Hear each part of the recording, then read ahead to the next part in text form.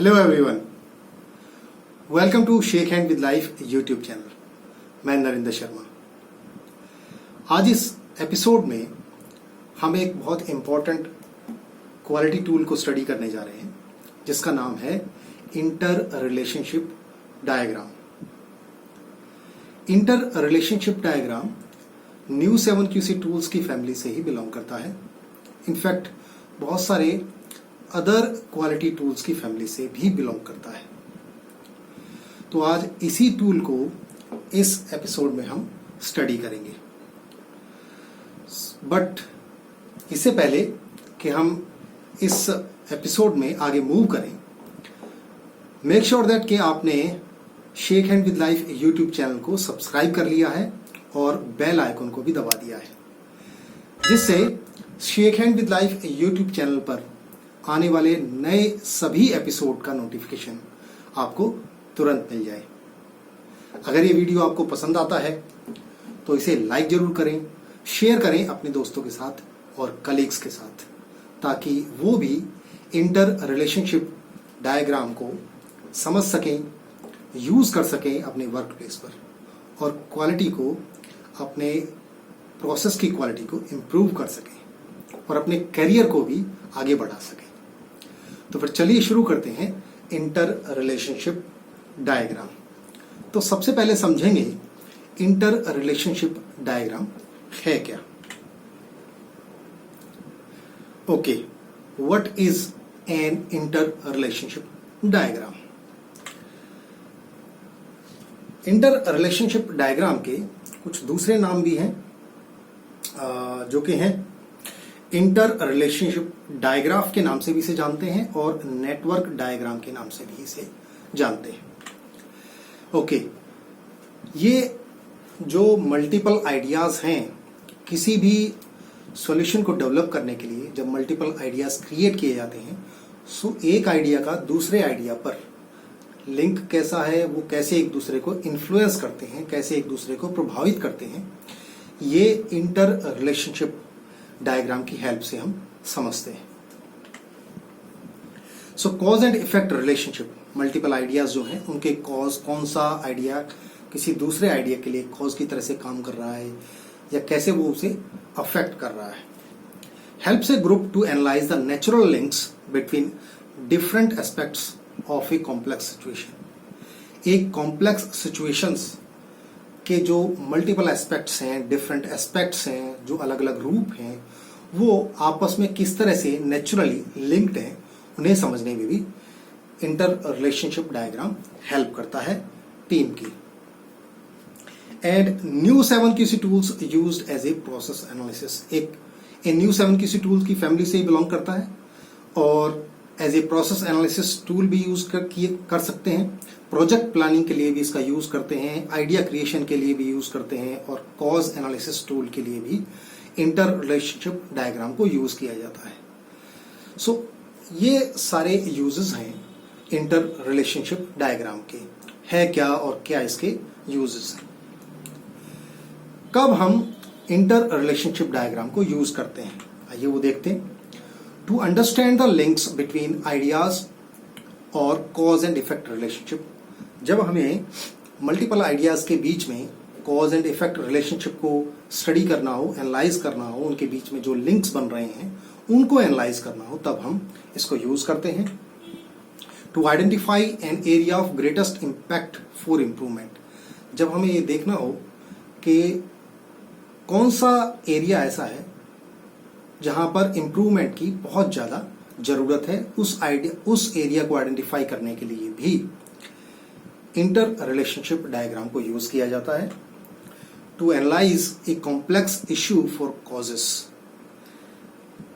बहुत सारे कॉजेज होते हैं किसी भी कॉम्प्लेक्स इश्यू के लिए, उन सारे कॉजेज को एनालाइज करने के लिए, किसी भी कॉम्प्लेक्स इश्यू के जो मल्टीपल कॉजेज हैं उन्हें एनालाइज करने के लिए, वो कैसे आपस में इंटरलिंक्ड हैं, वो सारे कॉजेज उन्हें स्टडी करने के, उन लिंक्स को स्टडी करने के लिए भी, कैसे एक कॉज दूसरे कॉज को इम्पैक्ट कर रहा है, इन्फ्लुएंस कर रहा है, ये सारी स्टडी करने के लिए भी इंटर रिलेशनशिप डायग्राम को यूज किया जाता है। To implement a complex situation solution, to implement a complex solution. एक कॉम्प्लेक्स सॉल्यूशन को अगर हमें इम्प्लीमेंट करना है तो बहुत सारे हमें आइडियाज, इम्प्लीमेंटेशन आइडियाज के कैसे उसे इम्प्लीमेंट किया जाए। So multiple activities are there. So for example आप मान लीजिए आपको एक घर बनाना है, तो उसके लिए आपको एक मिस्त्री की भी जरूरत पड़ेगी, मजदूरों की भी जरूरत पड़ेगी, अलग अलग उसमें दीवारें कैसे बनानी है, एक आर्किटेक्ट की भी जरूरत पड़ेगी, उसके बाद प्लम्बर की भी जरूरत पड़ेगी, इलेक्ट्रिशियन की भी जरूरत पड़ेगी। सो वो अलग अलग एक्टिविटीज आपको डेवलप करनी है। उन एक्टिविटीज को की हेल्प से आप अपने हाउस को, घर को डेवलप कर सकते हैं, बना सकते हैं, मैन्युफैक्चर कर सकते हैं, बिल्ड कर सकते हैं। तो अब वो सारी एक्टिविटीज एक दूसरे को किस तरह से इन्फ्लुएंस कर रही हैं। इलेक्ट्रिकल से जुड़ा हुआ जो पर्सन है वो किस तरह से प्लम्बिंग से जुड़े हुए पर्सन की एक्टिविटीज को इम्पैक्ट करता है।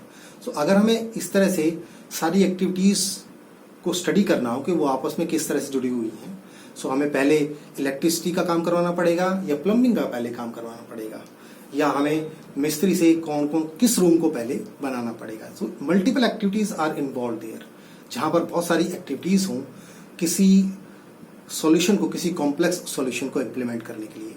सो और वो सारी एक्टिविटीज कैसे एक दूसरे से लिंक्ड है, उन लिंक्स को स्टडी करने में इंटर रिलेशनशिप डायग्राम बहुत ज्यादा हेल्पफुल है। ओके, व्हेन टू यूज के बाद अब हम देखते हैं, समझने की कोशिश करेंगे how to use the inter relationship diagram. Inter relationship diagram को हम कैसे यूज कर सकते हैं, कैसे क्वालिटी इंप्रूवमेंट एक्टिविटीज के लिए इंटर रिलेशनशिप डायग्राम को बनाया जाता है और कैसे यूज किया जाता है। Okay, so here we have, अब देखिए यहां पर आपको राउंडेड रेक्टेंगल्स आपके पास, हमारे पास हैं। सो ये जो ग्रीन में है, सो मान लीजिए हमारे पास 6 इश्यूज हैं। जो ग्रीन वाला जो इश्यू है, ये वाला जो इश्यू है, या ये वाला जो राउंडेड रेक्टेंगल है, ये वो है जो मेन इश्यू होगा, जो थीम होगा हमारा, जो प्रॉब्लम होगी हमारी, उसे हम सबसे ऊपर लिख लेते हैं। सो for example A, B, C, D, E and F। So B, C, D, E and F जो है, इसके मल्टीपल आइडियाज हैं इस इश्यू से जुड़े हुए, या अगर ये एक सॉल्यूशन है और इसे इम्प्लीमेंट कैसे करना है। सो मल्टीपल आइडियाज हैं B, C, D, E और F। सो इन आइडियाज को हम क्रिएट करते हैं, सोचते हैं, समझते हैं, ब्रेनस्टॉर्म करते हैं कि किन किन आइडियाज की हेल्प से, किन किन एक्टिविटीज की हेल्प से सॉल्यूशन A को हम इम्प्लीमेंट कर सकते हैं। राइट। सो इस तरह से पहले हम एक फ्लिप चार्ट के ऊपर या किसी बड़े बोर्ड के ऊपर हम इस तरह से आइडियाज को लिख लेते हैं, राउंडेड रेक्टेंगल की फॉर्मेट में या रेक्टेंगल की फॉर्मेट में आइडियाज को लिख लेते हैं। जो ग्रीन में है वो हमारा मेन इश्यू या मेन प्रॉब्लम है, और बाकी जो व्हाइट में दिखाई दे रहे हैं ये सब हमारे उससे जुड़े हुए इम्प्लीमेंटेशन एक्टिविटीज हैं, जो जिन एक्टिविटीज की हेल्प से हम इस सॉल्यूशन को अचीव करना चाहते हैं, इस ऑब्जेक्टिव को हम अचीव करना चाहते हैं। ओके, फिर उसके बाद हम क्या करेंगे, इंटरलिंकिंग करेंगे। सो पिछले इश्यू में, पिछले स्लाइड में, सो आई ओ, ये जो आप देख रहे हैं, आई का मतलब है इनपुट और ओ का मतलब है आउटपुट। यानी कि अब हम ड्रॉ करेंगे, एरोज ड्रॉ करेंगे हर एक आइडिया से, हर एक आइडिया से, हर एक आइडिया को बाकी सभी आइडिया से कंपेयर करेंगे। सो पहले बी को लेंगे, ये तो हमारा है। सो बी को लेंगे, फिर उस बी को कंपेयर करेंगे सी से, फिर सी के बाद डी से, फिर ई से, फिर एफ से, इसी तरह से फिर सी को बी से, ए से, डी से, ई से, एफ से, और एक एक करके सारे आइडियाज को एक दूसरे से कंपेयर करते चलेंगे कि कैसे एक आइडिया दूसरे आइडिया को इन्फ्लुएंस कर रहा है और कैसे इफेक्ट कर रहा है। सो आई का मतलब इनपुट, इनपुट एरोज, एक आइडिया के अंदर कितनी एरो आ रही हैं और उस आइडिया से कितनी एरो आउटवर्ड जा रही है। ओके, सो अब हम देखते हैं इन्हीं को, ये एरोज ड्रॉ की गई है, ये एक एग्जाम्पल एक्टिविटी है। सो एक्चुअल एग्जाम्पल के साथ मैं आपको अगली स्लाइड में बताऊंगा। सो आप इसे थोड़ा सा समझ लीजिए। सो मान लीजिए फाइनल इम्पैक्ट हमारा ये है, फाइनल ऑब्जेक्टिव हमारा ये है कि हमें ये सॉल्यूशन डेवलप करना है, फाइनल इम्पैक्ट। सो इसके अंदर 5 एरोज इन है, ये 5 एरोज इसके अंदर इन है, और इसके बाहर कोई भी आउटवर्ड एरो कोई भी नहीं है। सो इनवर्ड एरोज 5 है यहाँ पर।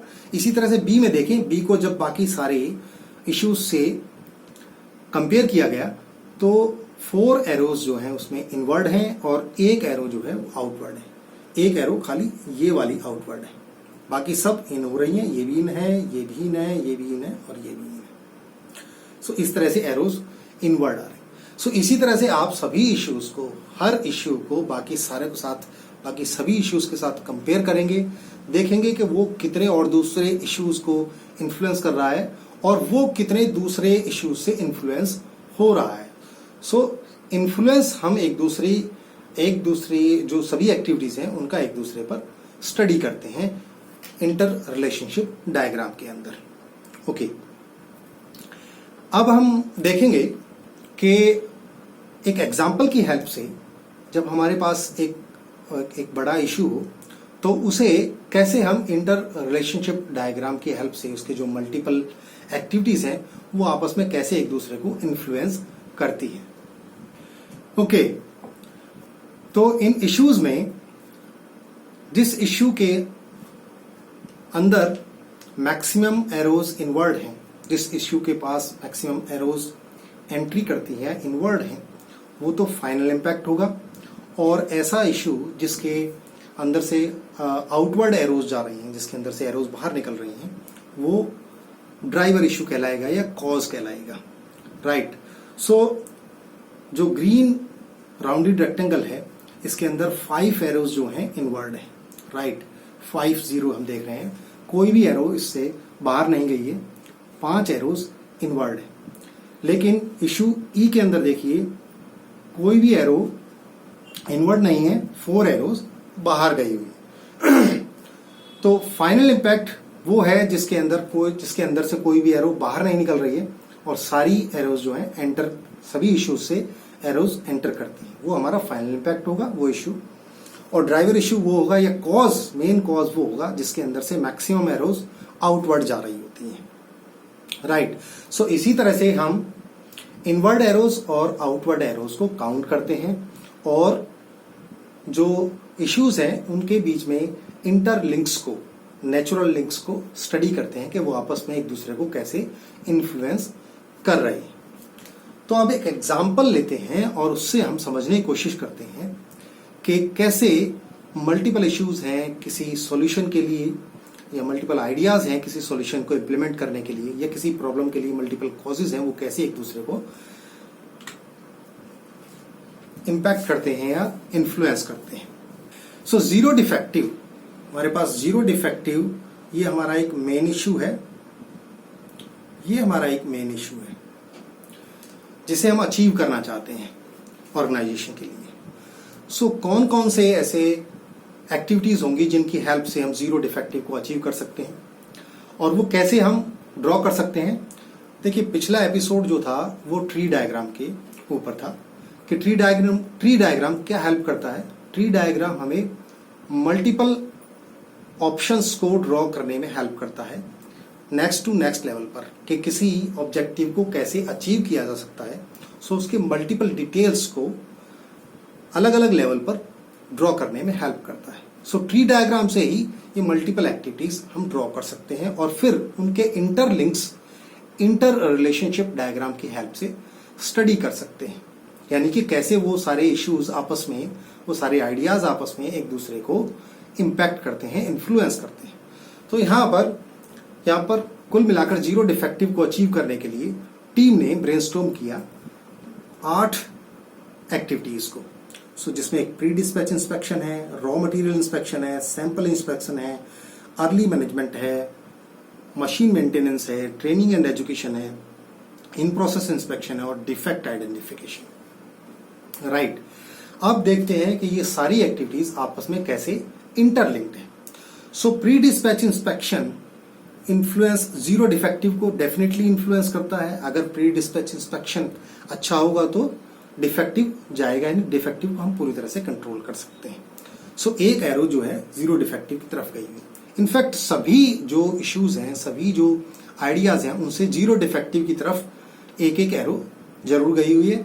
इसलिए यहां पर 8/0 है, यानी कि 8 एरोज इनवर्ड है, 0 एरो आउटवर्ड है, क्योंकि ये हमारा मेन इशू है। ओके, सो प्री डिस्पैच इंस्पेक्शन को हम बाकी सारे इश्यू से जब कंपेयर करेंगे तो हम देखते हैं कि 4/1 है, यानी कि 4 एरोज तो इनवर्ड हैं और एक एरो आउटवर्ड है। सो प्री डिस्पैच इंस्पेक्शन में जो 4 एरोज इनवर्ड हैं वो अर्ली मैनेजमेंट है, यानी कि प्री डिस्पैच इंस्पेक्शन के लिए हमें अर्ली मैनेजमेंट करना पड़ेगा। एक और एरो आई हुई है ट्रेनिंग एंड एजुकेशन से, ये वाली है, ये एरो आई हुई है। फिर एक इन प्रोसेस इंस्पेक्शन से आई हुई है। इन प्रोसेस इंस्पेक्शन जितना अच्छा होगा उतना प्री डिस्पैच इंस्पेक्शन अच्छा होगा। डिफेक्ट आइडेंटिफिकेशन अगर अच्छे से कर पाए तो उसके लिए भी, उसकी हेल्प से भी प्री डिस्पैच इंस्पेक्शन की क्वालिटी बेहतर होगी। सो इसी तरह से हमें सारे इश्यूज के इनवर्ड एरोज और आउटवर्ड एरोज को काउंट करना है, यानी कि उनकी लिंकिंग देखनी है। सो यहाँ पे पहले से किया हुआ। अब रॉ मटेरियल इंस्पेक्शन के अंदर जो है 4 एरोज जो है इनवर्ड हैं और 3 एरोज जो है वो आउटवर्ड है। सो 4 एरोज जो इनवर्ड हैं, मैं इसे फिर क्लियर कर देता हूं।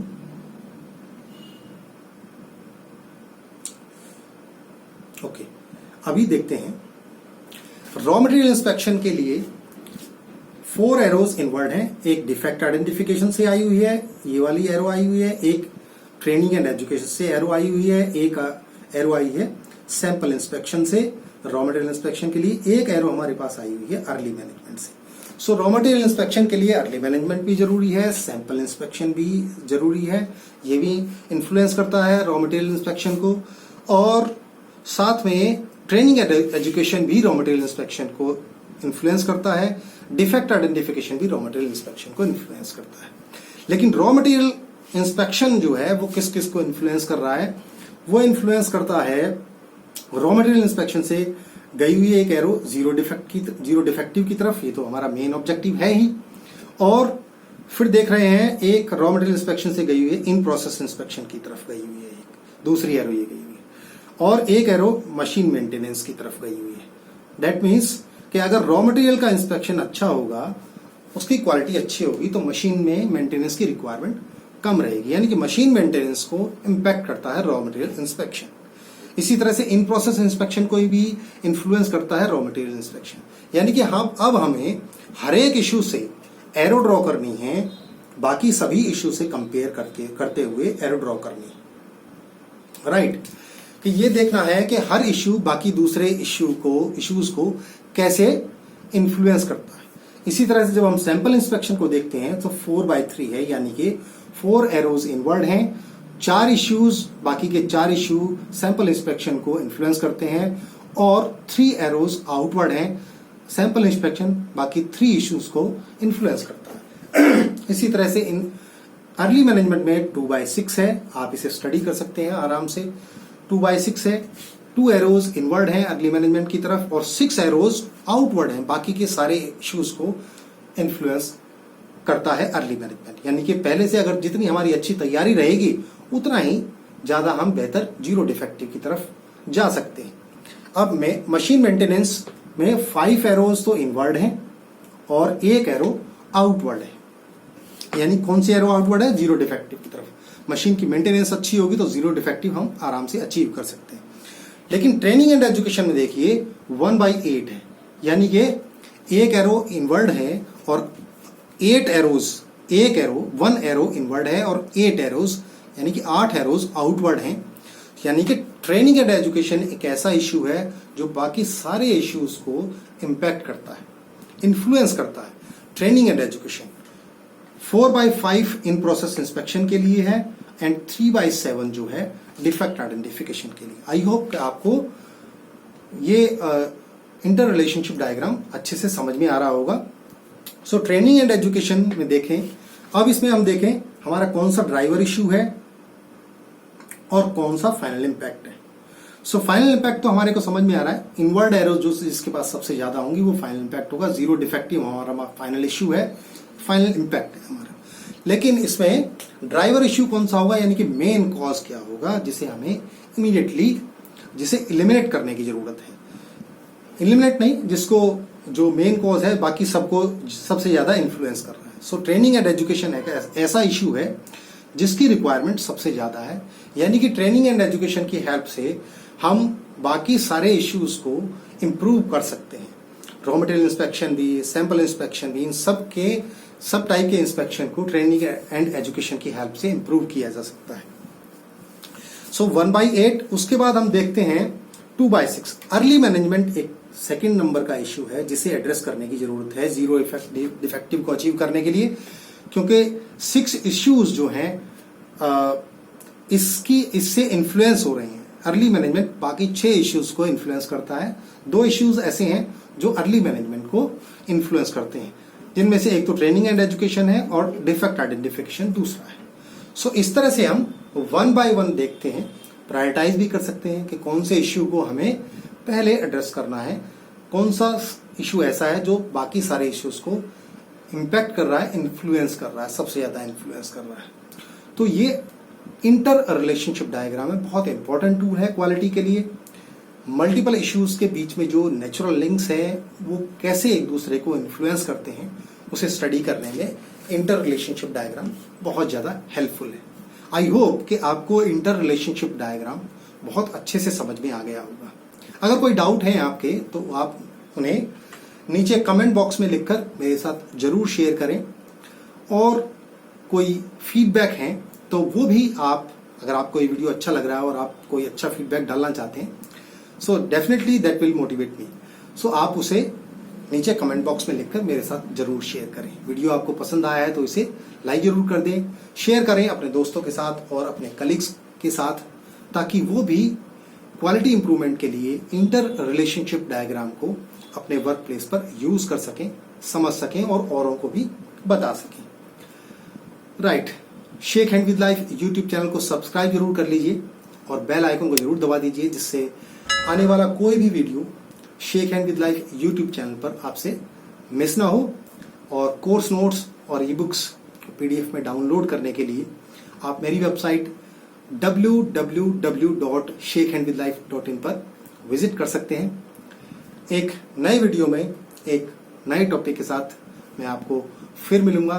तब तक के लिए बाय बाय।